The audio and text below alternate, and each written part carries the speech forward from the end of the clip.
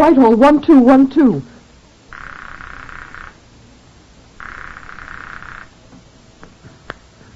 This is Scotland Yard.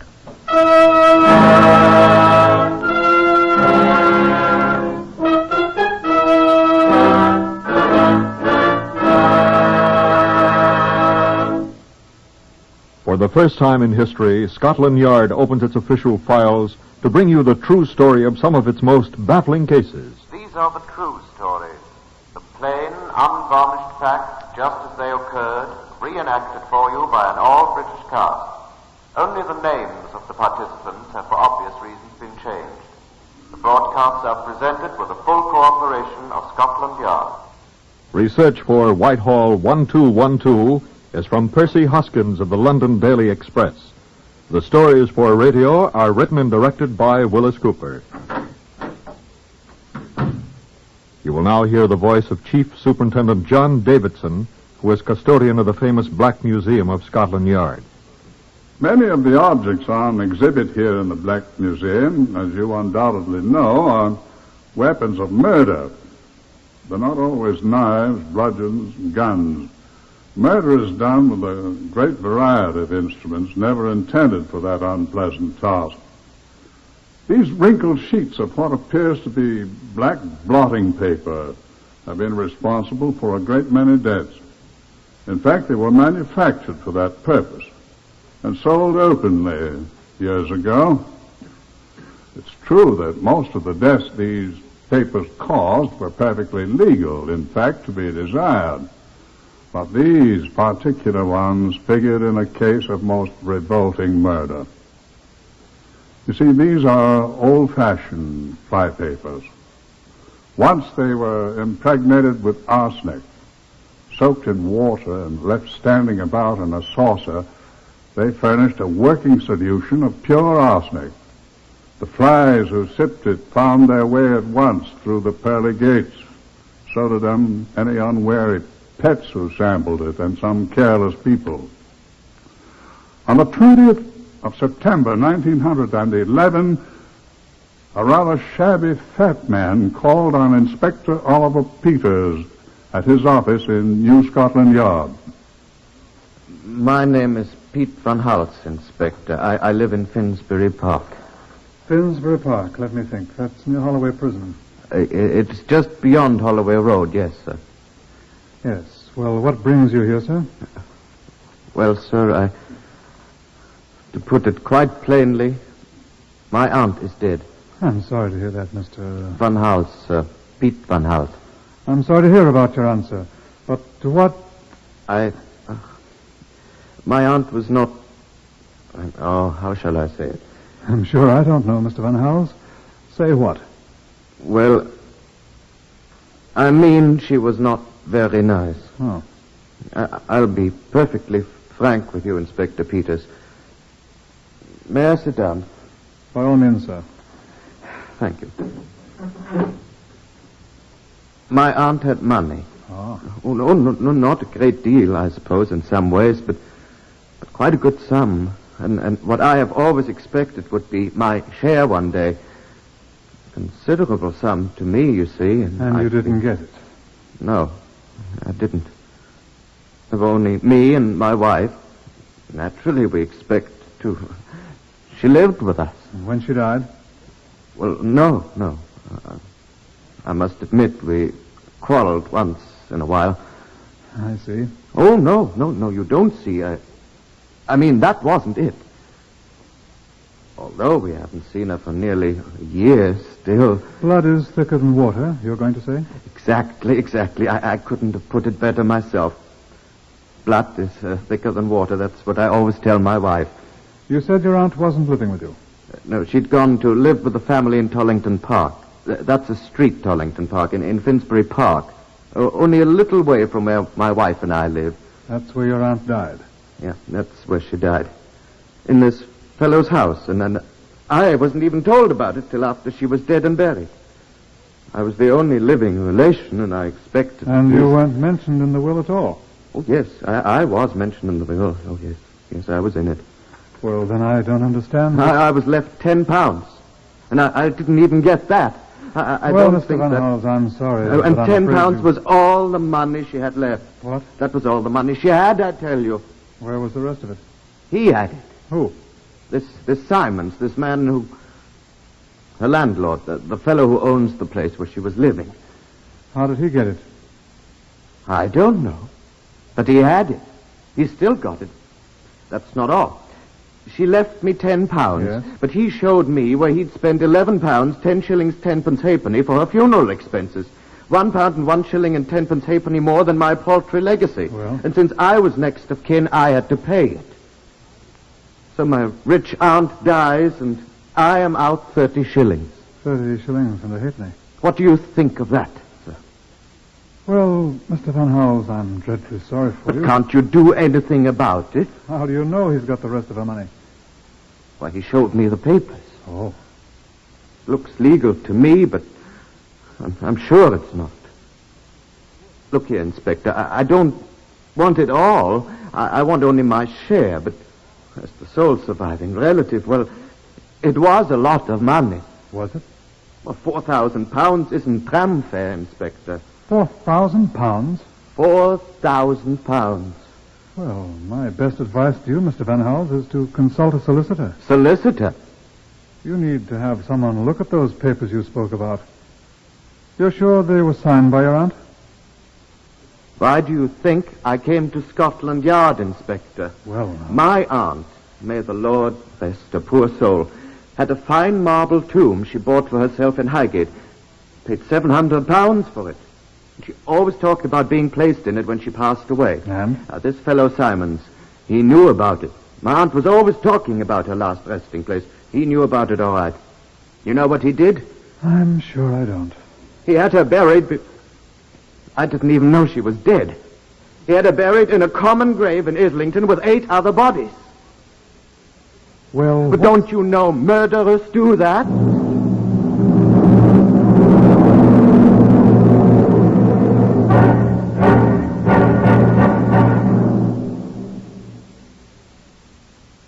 That was no basis for an accusation of murder, of course.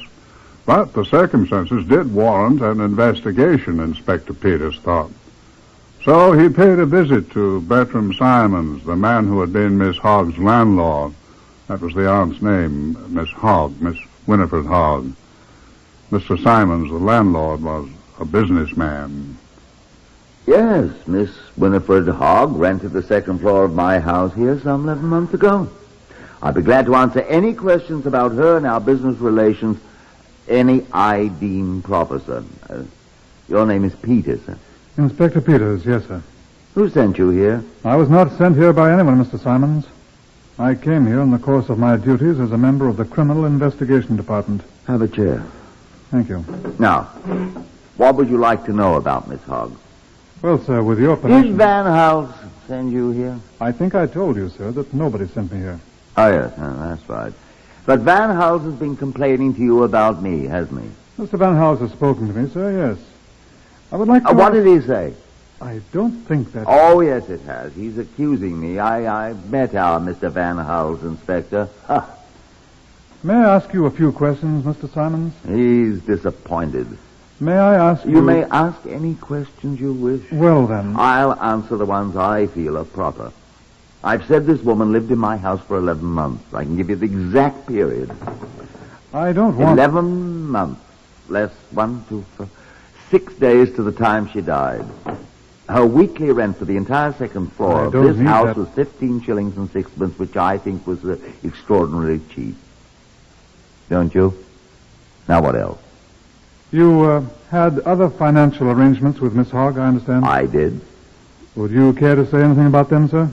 I don't think it's any of your business. But I see no reason whatever. It's purely a business arrangement. I'm a businessman, Inspector. I'm sure you are, sir. Miss Hogg was, let me say, suspicious of the finances of the present government. The Lloyd George budget, for example, caused her a great deal of trepidation. A great many people seem to share that trepidation. I'm sure I don't, sir. I've never had cause to fear for the soundness of the British Empire. I wasn't suggesting... She suggested to me that she would be willing to turn over to me such bonds, securities and monies as she possessed. She did. Yes. What she wanted was security. Freedom from worry, she said. She asked me if I'd be willing to pay her an annuity for life in return for what monies and securities she possessed. And you agreed? I did that, and she made over all her assets to me. I'll show you the papers. Yes. But, Is anything wrong, Inspector? I don't seem to find a record of your agreement to pay her this annuity you speak of. £3 a week. Let me see. I was sure I had it. Yes. But what? These seem to be your records of payments to Miss Hogg. Well, that's what they are. 10, 15, 20, 30 weeks at £3 per week until the 8th of September, the day she died. I don't see any record of her having received the payments, Mr. Simons. Eh? And is there a record of the whole transaction? I mean, a signed agreement between you two? There is not. Miss Hogg didn't wish to have any further agreements in writing, about the matter of the... I think she didn't wish other people to know she was receiving an annuity. This is most extraordinary, Mr. Simons. It is, isn't it? Yes. Miss Hogg was not very much of a businesswoman, you see. Obviously she was not. But you're a businessman, aren't you, Mr. Simons? There's nothing wrong about that. Well, these appear to be in legal form. But I'm not prepared to say what Mr. Van Hals or a court of equity would be likely to say to it. It's legal, all right. What about Miss Hogg's will, then? I had several copies typed up. I was a witness to it. Yes. Yes, here's the will. Yes, it's essentially what Mr. Van Hals said. He was bequeathed the sum of £10 by his aunt. £10, yes. I see. And here's the undertaker's bill. £11, 10 shillings and 10 halfpenny. I advanced this amount to the undertaker. Leaving Mr. Van Hals in your debt in the sum of 31 shillings and a halfpenny. He paid me. Yes. What's this? Eh? Oh, that's the undertaker's original bill. Signed paid by him. Here. That's what I'm looking at. What's this item? Remitted to Mr. Simons, £1, 1 shilling. F. Anderson. That's the undertaker's signature. No. The item. Oh, commission. Commission. 10%. I gave him the business. He paid me for it. You made a profit? Yes. On the funeral? Of course. What's wrong with that? I'm a businessman. Yes. Why did you have Miss Hogg buried in a common grave, Mr. Simons? Because it was cheaper? Partly, yes. But did you see her death certificate? Of course not. Let me show it to you. What about the tomb she owned in Highgate? Yeah. Why wasn't she buried there? Look at the death certificate, Inspector. See here? Cause of death? Epidemic diarrhea. Epidemic diarrhea, sir, is a contagious disease. Isn't it better to bury that kind of a corpse in a grave with half a dozen other victims of the same and not risk passing the disease on to healthy people? Answer me that, sir.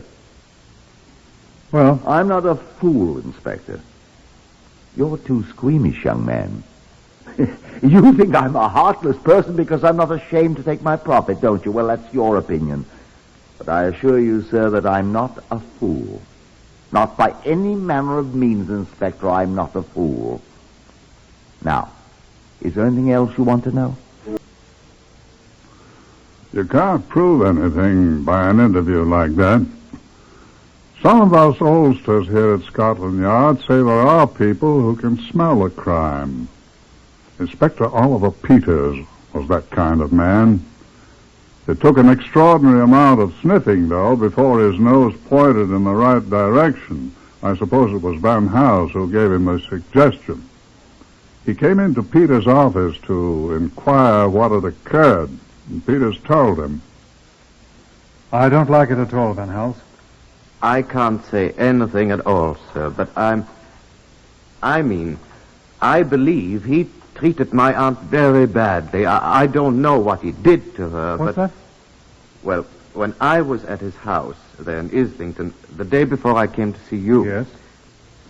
Well, I saw the room she lived in. He showed it to me. Nice room? It was filthy. It was. I don't believe he took any care of her at all.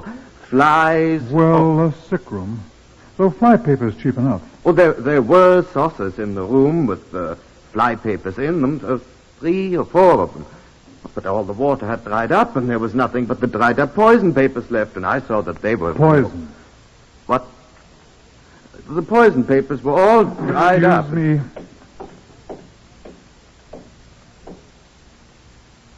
Did I say something? Stay here. I'll be back in a few minutes. Peters was in Basil Pearson's office in 2 jumps. Basil Pearson was the famous Home Office pathologist. He died last year. This was 40 years ago, remember. Peters had a question to ask. Sorry to burst in on you like this, Basil. What's chasing you? Look here. You're familiar with the symptoms of this epidemic diarrhea, aren't you? Of course. Afraid you've got it, old boy? No, of course not. What I'd like you to answer me is, are the symptoms anything like the symptoms of arsenic poisoning? Arsenic's what's in flypaper, isn't it? Yes, of course. Yes, under certain circumstances. If a person was suffering from this epidemic thing, the presence of arsenic might not be suspected. The patient's dead, of course. And buried. No, unless arsenical poisoning was suspected, there's enough similarity to warrant certifying that death was caused by the epidemic thing. Good. Now, is there enough arsenic in flypaper to cause death? Under certain circumstances. You can identify arsenic in a dead body, too, can't you? Well, the body's not been dead too long. In lethal quantities, you mean? Yes. Well, it's not generally too difficult. How much is a lethal quantity? 5 grains or upwards. You planning on murdering someone? I shouldn't recommend arsenic. How long after death can you find arsenic in a body, Basil? A good time, I should say. How long is this one? About 2 weeks, I think. That's not long at all. Why, post-mortem for me? I'd rather hope to get away for a holiday tomorrow. Oh, it won't take you long to do a PM, Basil. Come on, old boy. Well, got the papers. I'll have them for you by tomorrow. All right. Where is it? Islington. That dreary place. Islington Cemetery, to be quite honest. Well, thank heavens arsenic acts as a preservative. I'll give you a hand. Just get me the papers, old boy. Shan't even pack a kit bag until I see the papers, you know. Oh, by the by, is it a he or a she? She. I'll go and see if I can get George Redmond to give me the papers at once. Thanks ever so much. Don't fret too much if he won't let you have them at once, Oliver. Why? Well, she can't get away.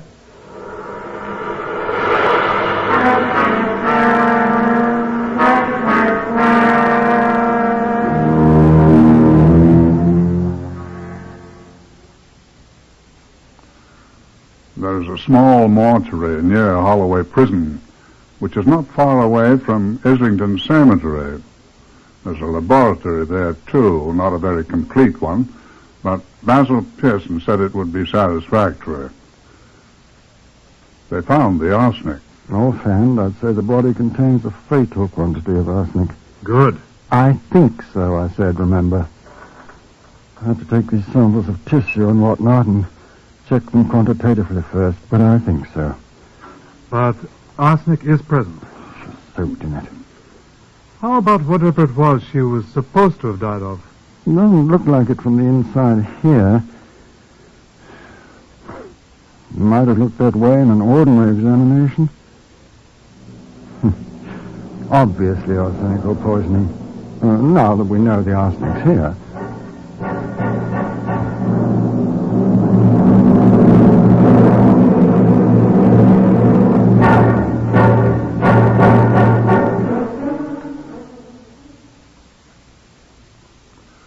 Inspector Peters went back to see Mr. Simons, the businessman. Mr. Simons didn't seem to be very excited, and that rather puzzled Inspector Peters. But he tried not to be obvious about it. What's so hilarious, may I ask? Oh, you look funny. Oh, do I? Have you been outwitted by a clever criminal, Inspector? I don't think I have, no. Well, pardon me for laughing. But you did look funny. What can I do for you, Inspector? Are you agreeable to answering a few questions, Mr. Simons? Oh, you're a very inquisitive man. I am. Well, I'll give you the same answer I gave you before. I'll answer such questions as I think are proper. Thank you. Go ahead. Very well. Well, begin, Inspector. Very well. Oh, stop saying very well and ask your questions. Very well. Where did the arsenic come from that was found in Miss Hoggs' body?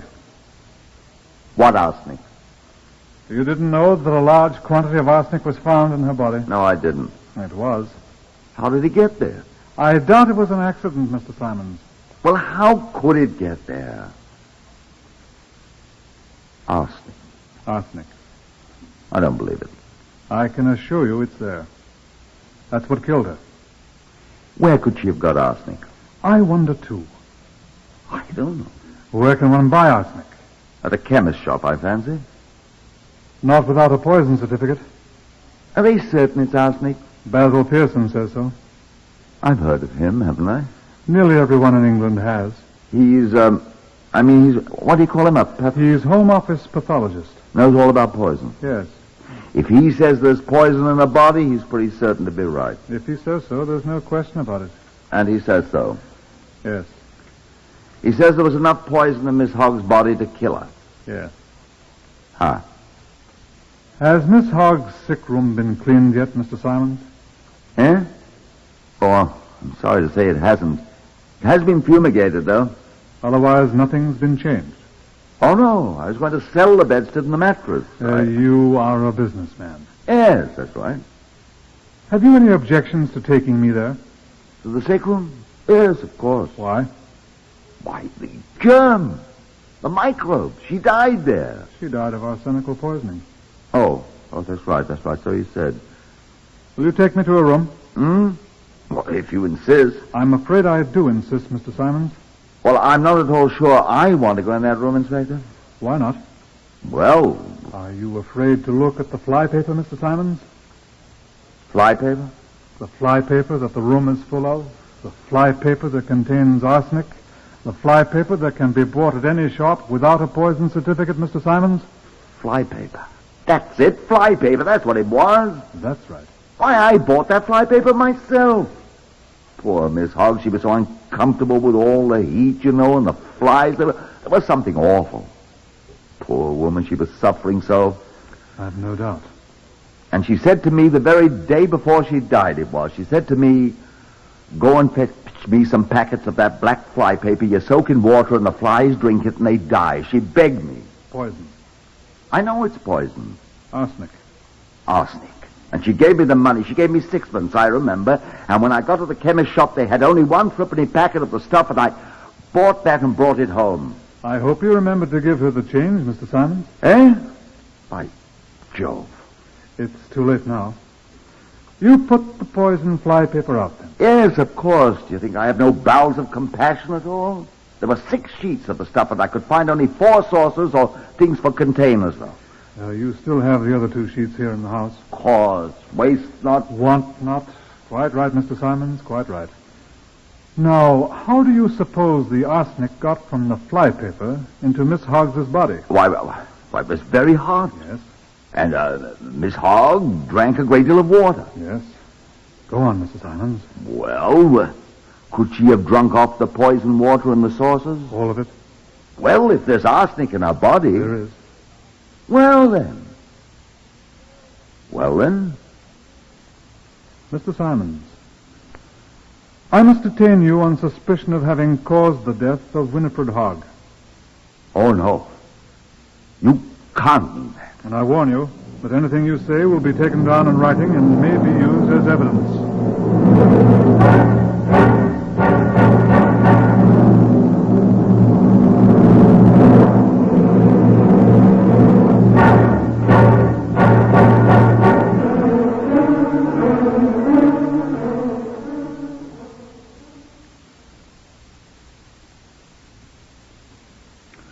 But when Inspector Peters brought the remains of the threepenny packet of arsenical flypapers to Basil Pearson, Pearson shook his head. No good, Oliver. What's no good? The man practically confessed. No good, old boy. Wasn't it arsenic after all? Oh, of course it's arsenic, no question. That's what killed her. Basil, I don't understand you. You say... I say it wasn't the arsenic from these flypapers. Look here at the envelope that came in. Yes? The label. Read it. Down here, that fine print. I see. Did you read it? Arsenical content, 3/10 of a grain per sheet. That's right. 6 sheets. 6 times 3/10. 1 8/10 grain. A whole packet will kill flies, perhaps, but a human being. Do you know how much arsenic the standard Marsh test indicates was in her body? No. More than 7 grains. 4 times as much as the whole packet of these papers contains. You couldn't be wrong. Did you ever know me to be wrong? I don't think anyone ever knew Basil Pearson to be wrong. His death last year left a great void in the world of Scotland Yard, at least. He was as nearly indispensable as any man has ever been. It looked for a while as if Inspector Oliver Peters had dropped a most frightful brick that might do him irreparable harm in the CID. He had committed an unpardonable sin. He had jumped too quickly. Simons had gambled cleverly, knowing that the story of the flypapers would certainly be disproved in open court. He hoped clearing him completely. But he gambled too confidently. Before the preliminary hearing, I accompanied Oliver Peters to Simon's house in Tollington Park. I well remember what we found. There was nothing of any importance in the sick room where Miss Hogg had died, but in a dustbin in the cellar. I can still hear Oliver Peters' voice when he found them. John, look here. Look what I found. So I hurried to see. They looked like wrinkled sheets of blotting paper to me, but when Basil Pearson saw them... You're right, Oliver. 27, 28, 29. 30 sheets of the same kind of flypapers. See the name stamped on them. They're the same kind, all right. Each one of them contained how much? Let's see the label from the other packet. Let's see it, Oliver. Arsenical content, 3/10 of a grain per sheet. And when all 30 of these sheets have been soaked clean, 30 times 3/10, 90/10, 9 full grains. Enough to kill an elephant, Basil. Well, enough to have killed a hog, at least, old boy. This'll hang him.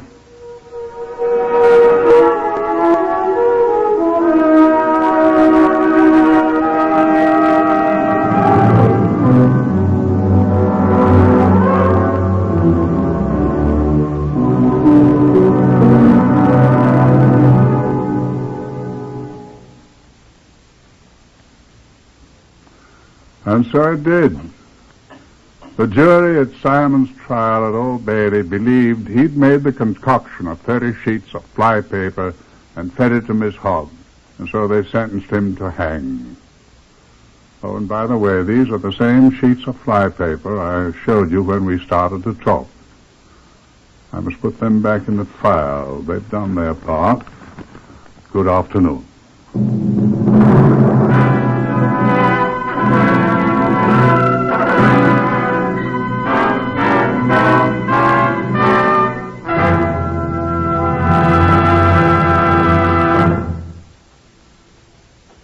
Heard today on Whitehall-1212 in the order of their appearance were Harvey Hayes, Lester Fletcher, Winston Ross, Horace Braham, and Carl Harvard.